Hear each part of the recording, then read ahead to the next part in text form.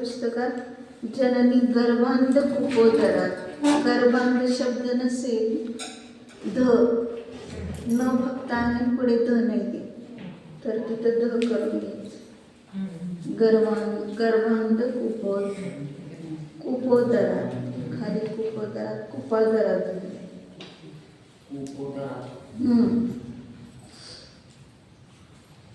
काय सांगितलं होतं पहिल्या श्लोकात?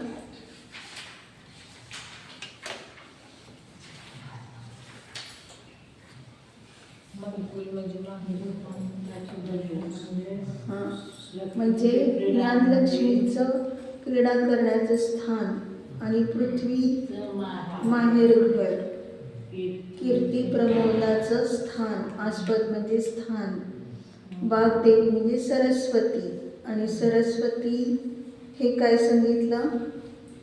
रतिकेतन. वाग्देवी रतिकेतन जय रमा क्रीडा निधान महत्. म्हणजे जी सरस्वती ते त्याचं सरस्वतीचं विलास मंदिर म्हणजे ज्ञान येतो बघता, आणि जयलक्ष्मीचं महान असे क्रीडास्थान, संपूर्ण महोत्सवाचे एकच स्थान म्हणजे अनंत सुखाचा सागर असं होतं.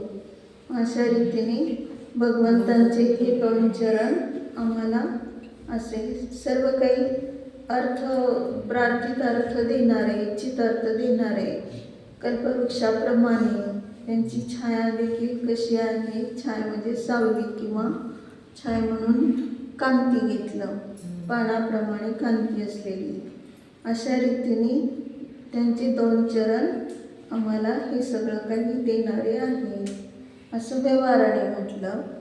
आणि निश्चयाने आपला आत्माच हे सर्व स्थान आहे, कल्पवृक्षच आहे. आपला आत्माच आपल्या आत्म्यामध्ये राहिलो तर सर्व काही आपल्याला म्हणजे अतिंद्रिय आनंद प्राप्त झाला की बाकी कशाचीच रुची राहत नाही. म्हणून आपल्यालाच ते मिळतं, आणि जो प्रातः पश्यती म्हणजे सदैव त्याच्या जीवनात सुप्रभात असते तेच आनंदाला कारण आहे. अशा रीतीने लक्ष्मीचं क्रीडा मंदिर, पृथ्वीचं माहेरघर म्हणजे आपल्या चैतन्यभूमीचं जणू काय माहेरघर, शुद्धोपयोग, आणि बाकी सगळं सासर आहे, शुभाशुभ. म्हणून या ठिकाणी आनंदाची जागा असलेलं हे आपलं निजध्रुव कारण परमात्मा, आणि सरस्वती म्हणजे ज्ञानस्वरूप आत्मा, त्याचंच विलास मंदिर. म्हणून जयलक्ष्मी महान असे क्रीडास्थान, संपूर्ण महोत्सवाचे एकच स्थान म्हणजे अनंत सुखाचा सागर असा आहे असं सांगितलं. म्हणजे आत्माच अनंत सुखाचा सागर आहे हे जर जाणलं तर आपल्याला कुठेही दुःखात वगैरे राहावे लागणार नाही. दुःख स्वरूप आपलं नाहीच आहे, आपण आनंद स्वरूप आहोत हे समजणं महत्त्वाचं आहे. मग ते समजलं तर आपण कुठल्या छायेत जाणार? आपला आत्माच कल्पवृक्षाप्रमाणे आणि तोच मला शरण आहे म्हणून ती छत्रछाया आत्म्याची निश्चयाने आहे. जय लक्ष्मी म्हणजे आता भगवंतांचं तर जय झालेलं आहे आणि आपल्यालाच अजून काय आपण पराजित होते विभावांच्या द्वारे आणि म्हणून माझ्यामध्ये सुद्धा ही जयरम आहे असं म्हणजेच त्यामध्ये जयलक्ष्मीचं महान असं क्रीडास्थान माझ्यामध्येच आहे. कारण जयलक्ष्मी म्हणजे जय पराजयाची गोष्ट घ्यायची नाही. कारण जय कशाला म्हटलं जातं? जो विभावावर विजय प्राप्त करतो म्हणजे स्वभावात राहतो तेच त्याची जयलक्ष्मी आहे. पुढच्या श्लोकात काय सांगितलं होतं?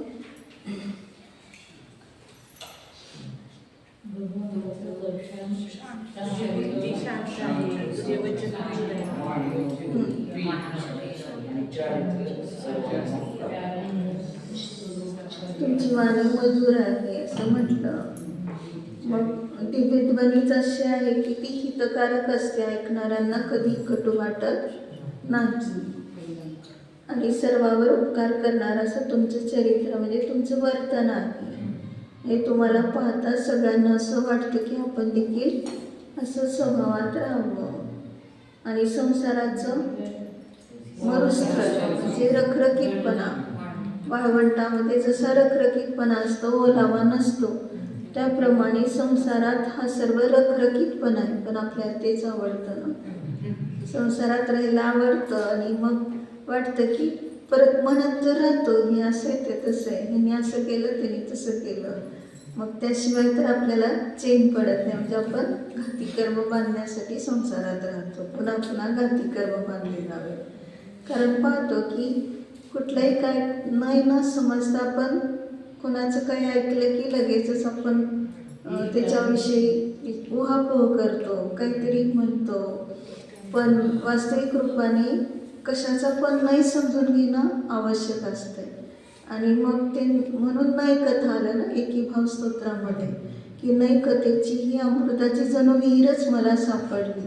म्हणजे मला कुठला नाही कुठं कसा वापरावा हे कळलं आणि त्या कारणानेच आपल्याला मग कुठेही कोणाविषयी गैरसमज होत नाही, कोणाला काही म्हणायला जात नाही, कोणाला त्रास देत नाही किंवा कोणाविषयी ईर्ष्या मत्सर करत नाही. हे सगळे जे परिणाम होतात ते कशाने होतात तर आपल्याला अजून ज्ञानावरून बांधावं वाटतं म्हणून आपल्याला असे परिणाम होतात. असंच आपण स्वतःला समजून घ्यायचं तर आपण मग काय होतो, ह्या सर्व खोट्या भावापासून विभावापासून दूर होतो हे सांगितलं.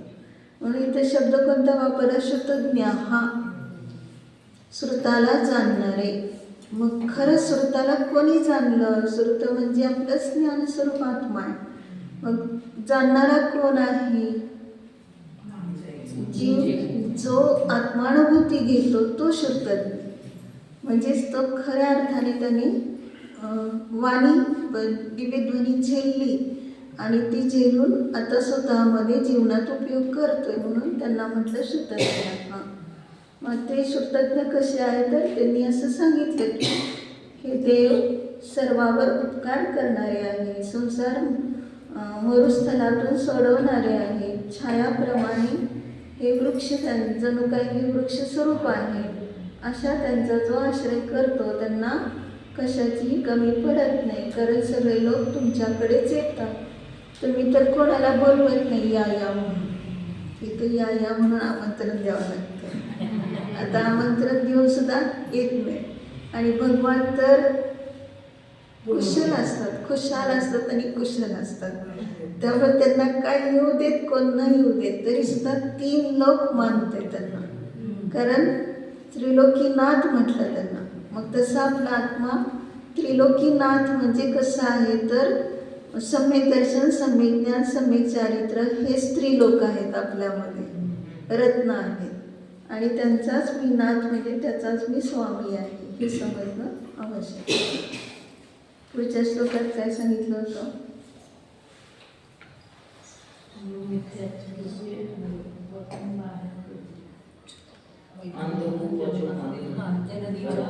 म्हणजे गर्भातून बाहेर पडला, ते गर्भाला हिची उपमा दिली अंधकूपाची आणि त्याच्यातून बाहेर पडल्यावर डोळे उघडले.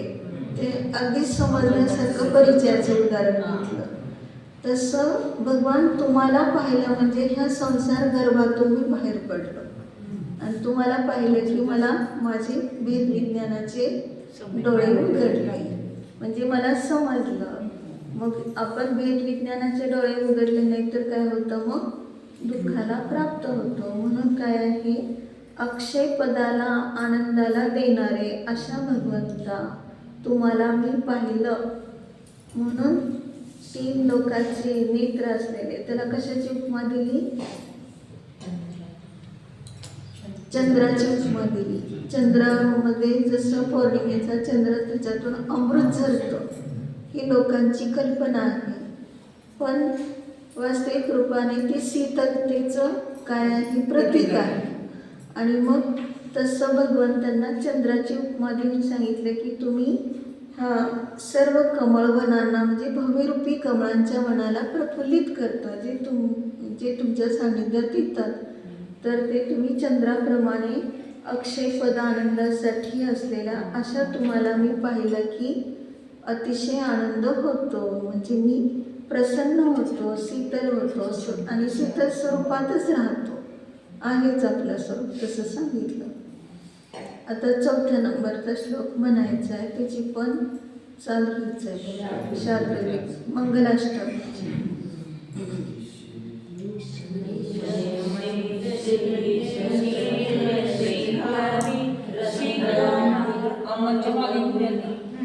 निशेष त्रिदशेन्द्र शेखरी शिखारत्न प्रतिपावली.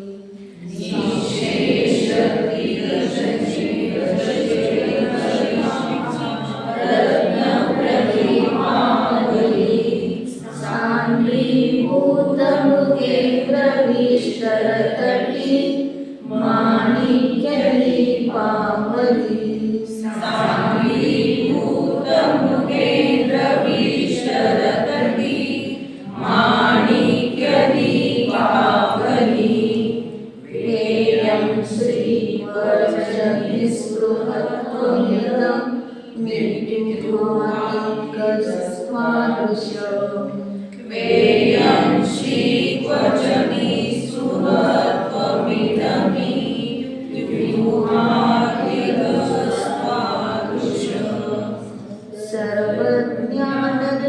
सर्वज्ञानदृशश्चरित्र महिमा लोकेश लोकोत्तरः.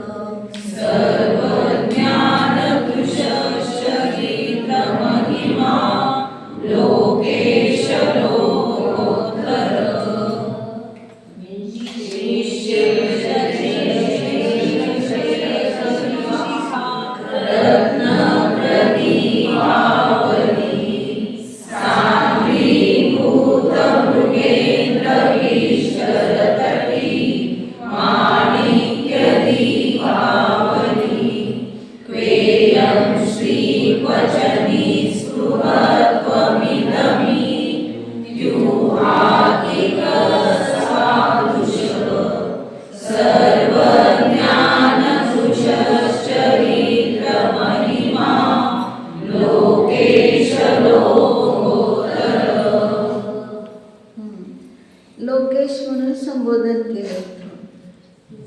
काय म्हणायचं लोकेश म्हणजे? लोकांचे ईश, सर्व लोकांचे स्वामी ह्यापेक्षाने म्हटलेलं आहे.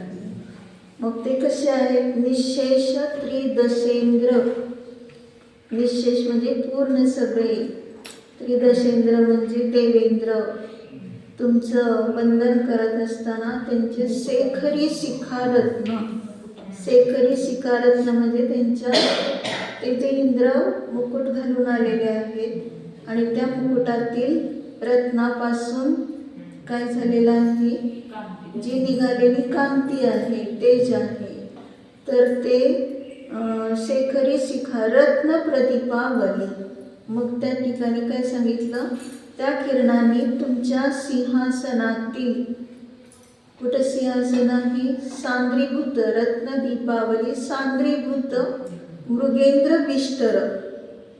मृगेंद्र कोणाला म्हटलं जातं, सिंह. आणि विष्टर कोणाला म्हटलं जातं, आसन, सिंहासन असा शब्द बनला तो. म्हणजे काय सांगितलं की वास्तविक रूपाने मृग म्हणजे हरिण, आणि हरिणांचा स्वामी तो इंद्र म्हणजे सिंह, आणि विष्टर म्हणजे आसन म्हणजे सिंहासन म्हटलं त्याला. सिंहासनच का बरं आपण म्हणतो, राजे लोक सिंहासनावर बसले, मुनी पण सिंहासनावर बसले, भगवान पण सिंहासनावर बसले. सिंहासन एवढं काय कशाचं प्रतीक आहे,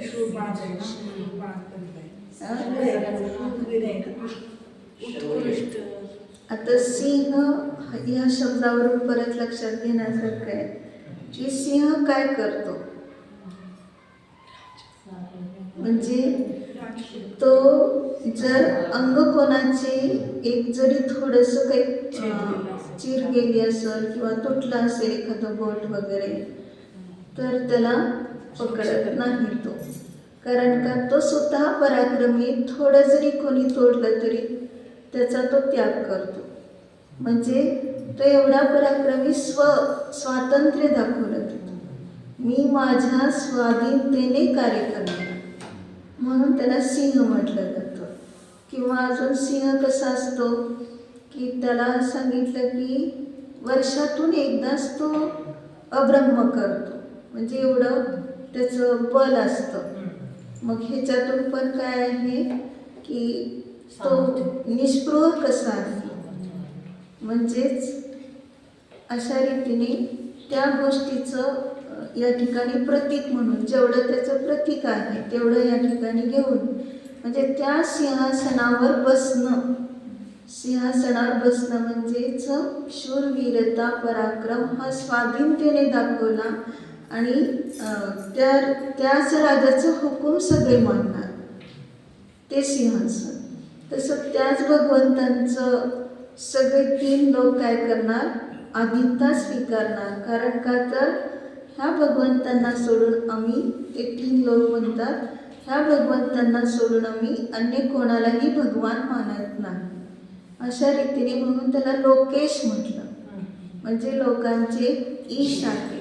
अशा रीतीने ते त्यांच्या सिंहासनावर जे काही रत्न जडलेले आहेत, तटी म्हणजे त्या सिंहासनाच्या किनाऱ्यावर माणिक्य दीपावली इयम श्री क्व म्हणजे कोठे.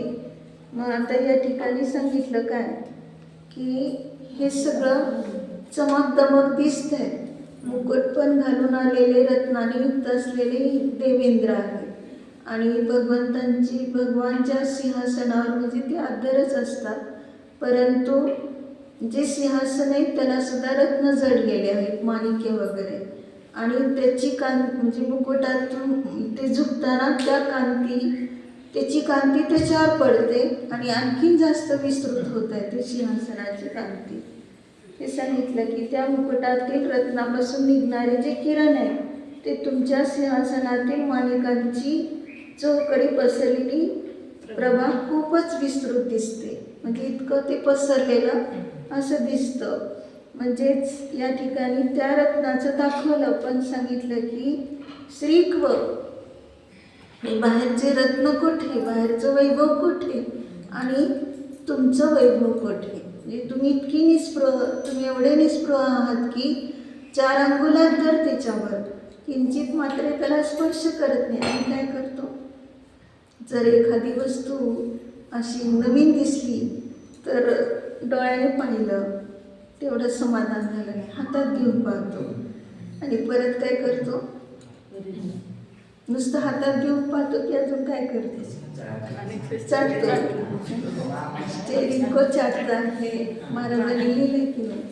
मग ते त्याचा अर्थ काय आहे की वास्तविक रूपाने सन्निकर्ष झाला तो आणि त्याच्यातून तो आनंद मानतोय. म्हणजे स्पर्श करून चाटून किंवा अजून काय कसं ते आपण पाहतो ना की एखादं कुठलं तरी वस्त्र आणायला गेल्यावर नुसतं पाहिलं नाही, मग हातात घेतो, हातात नुसतं घेतलं नाही, त्याला असं असं ओढून ओढून त्याचं सुख कसं आहे पाहतो आणि परत परिधान करून पाहतो, म्हणजे ते नेसल्यानंतर कसं दिसेल. अशा प्रकाराने पण भगवान कसे निस्पृह आहे. किती जरी कांती पसरली सगळीकडे, किती सगळे जय जयकार करतात आणि त्यांना सगळे मानतात, नमस्कार करतात, पण त्यांचं पूर्ण लक्ष कुठे आहे? न्यायिक स्वभावाकडे. म्हणजे इतकी निस्पृह आहे. म्हणून ही लक्ष्मी कोठे आणि तुमचं स्वरूप कोठे? निस्पृह स्वरूप. म्हणून सांगितलं निस्पृहत्वम इदम इति ओह अतिगह त्वादृशः. म्हणजे या ठिकाणी सांगितलं की हे निस्पृहपणा कोठे म्हणजे कोठे, आणि अशा रीतीने त्वादृश्य म्हणजे तुमच्यासारखं सर्व ज्ञान दृश्य म्हणजे सर्व ज्ञान सर्व दर्शन म्हणजे पूर्ण तुम्ही अनंत दर्शन अनंत ज्ञानवाले हे कोठे आणि चारित्र महिमा कोठे. म्हणजे असे तुम्ही लोकोत्तर आहात. उहा तिघा म्हणजे विचाराच्या अतीत आहे. त्या ठिकाणी तर्कसुद्धा करू शकत नाही की हे तुमचं स्वरूप असं कसं म्हणून. कारण बाकी सगळ्या ठिकाणी तर्क चालेल, पण भगवंतांच्या ठिकाणी त्यांना सांगितलं की अचिंत्य स्वरूप आहे. म्हणजे मनाने आपण त्याचा विचारच करू शकत नाही की भगवान असे कसे म्हणून.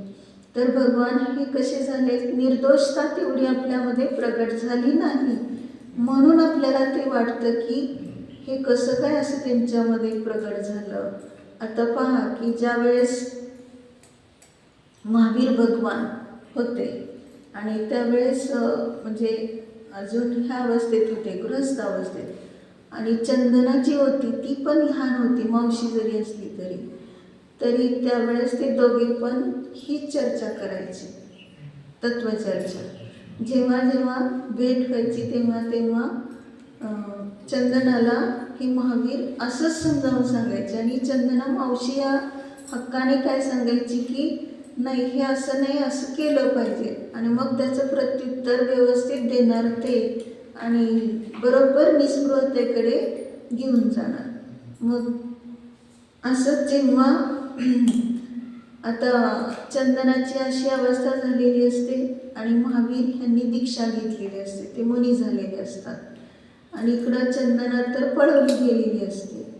म्हणजे नुकतीच ती काय म्हणतो तरुण अवस्थेत यौवन अवस्थेत प्रवेश केलेला असतो तिने, आणि त्या मुलींच्या बरोबर ती खेळत असताना त्याच वेळेस एक विद्याधर तिला पळवून नेतो. काय कारण असेल असं? एवढ्या सगळ्या मुलीमध्ये तिलाच का पळवून नेलं?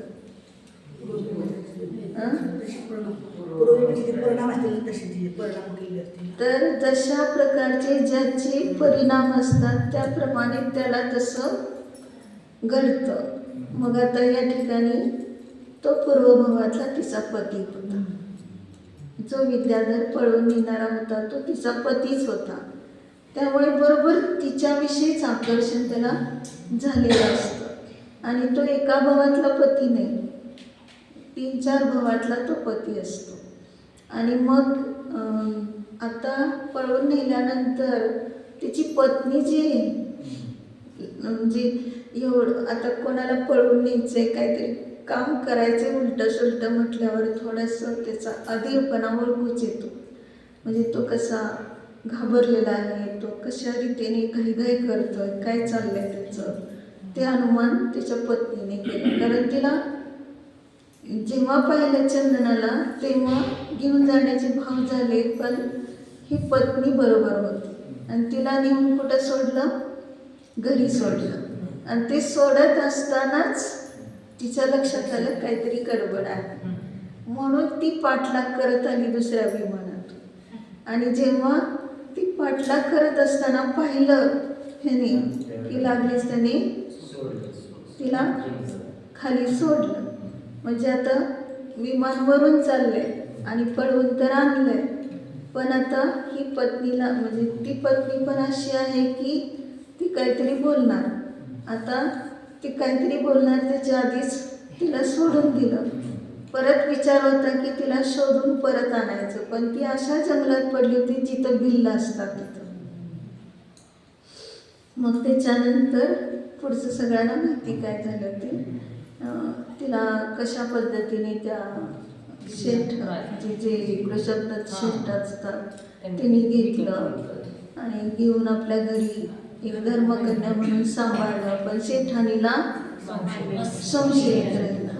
मग ते सगळं तिने संपूर्ण परिणाम स्वतःचेच भोगलेले आहे सगळ्या ठिकाणी. कारण का तर तिने जे आपल्या नंदेवर घेतलेला आरोप होता त्याचंच फळ आता इथं मिळालं की ती शेठाणी आता संशय दृष्टीने पाहते. मग हे सगळं आपण कशासाठी सांगितलं?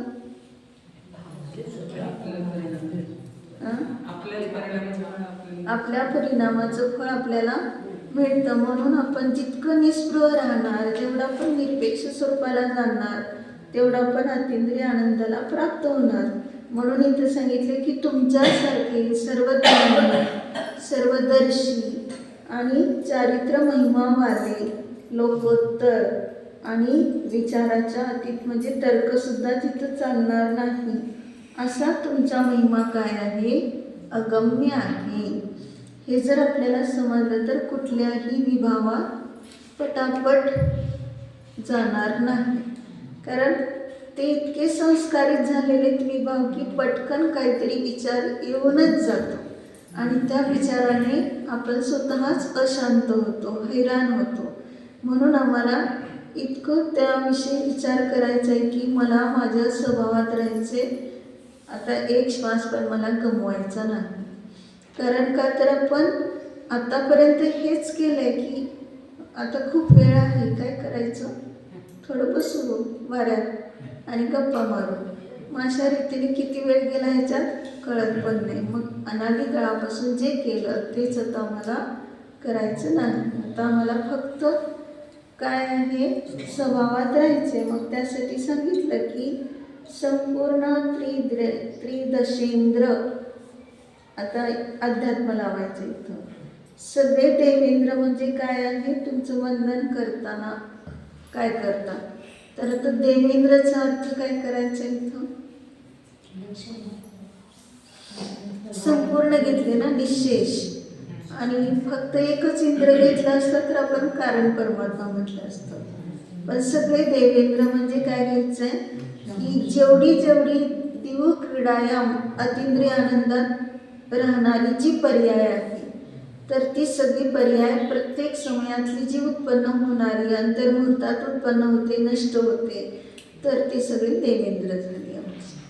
संपूर्ण देवेंद्र म्हणजे सगळ्या ह्या अतींद्रिय आनंदाच्या पर्याय, शुद्ध उपयोगाच्या पर्याय. आणि मग आता त्यांचं मुकुटाची रत्न म्हटलेले, तर मुकुट म्हणजे काय आहे, श्रेष्ठ. कारण चेहरा सर्व संपूर्ण शरीरामध्ये श्रेष्ठ असतो आणि त्याचं त्याप्रमाणे या ठिकाणी काय घेतलं, मुकुट म्हणजे श्रेष्ठ.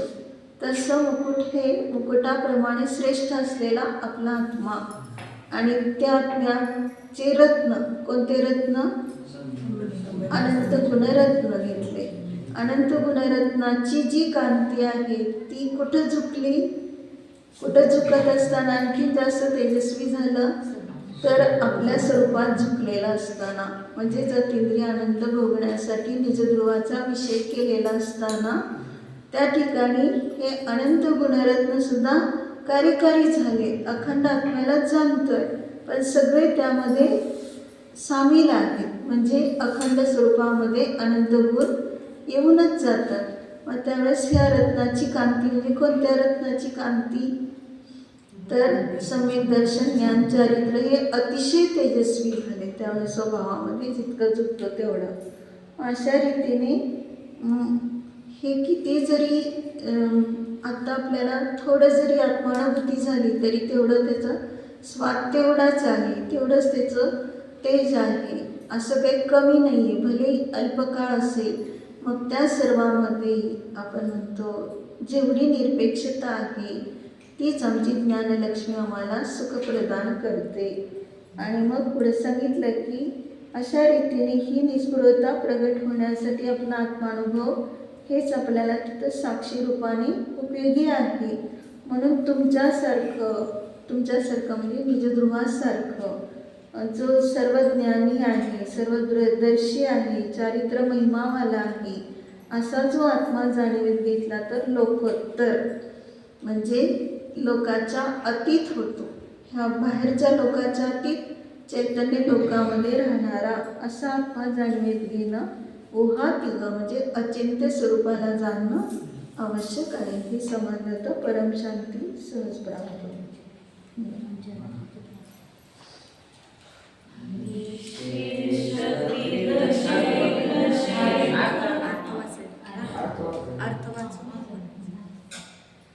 हे लोकेशा, सर्व देवेंद्र तुझे वंदन करीत असता त्यांच्या किरीट मुकुटातील रत्नापासून निघणाऱ्या किरणांनी तुझ्या सिंहासनातील माणिक्यांची चोहोकडे पसरलेली प्रभा फारच विस्तृत दिसते. असे हे तुझे शोभायुक्त ऐश्वर्य कोणाकडे आणि निरीच्छत्व कोणीकडे. अशा रीतीने तुझ्यासारख्या सर्वज्ञ दृष्टींच्या चारित्र्याची महिमा अलौकिक आहे. त्याविषयी तर्कविचार मुळीच चालत नाही. अर्थात तुझा महिमा अगम्य आहे.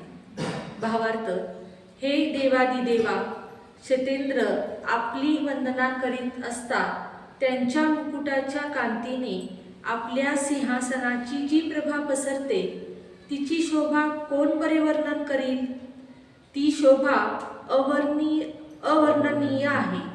अशा प्रकारे ही समवशरण विभूती कोणाकडे आणि हे आपले निरीच्छत्व कोणीकडे. म्हणूनच हे प्रभू, आपला महिमा अपार अगम्य आहे.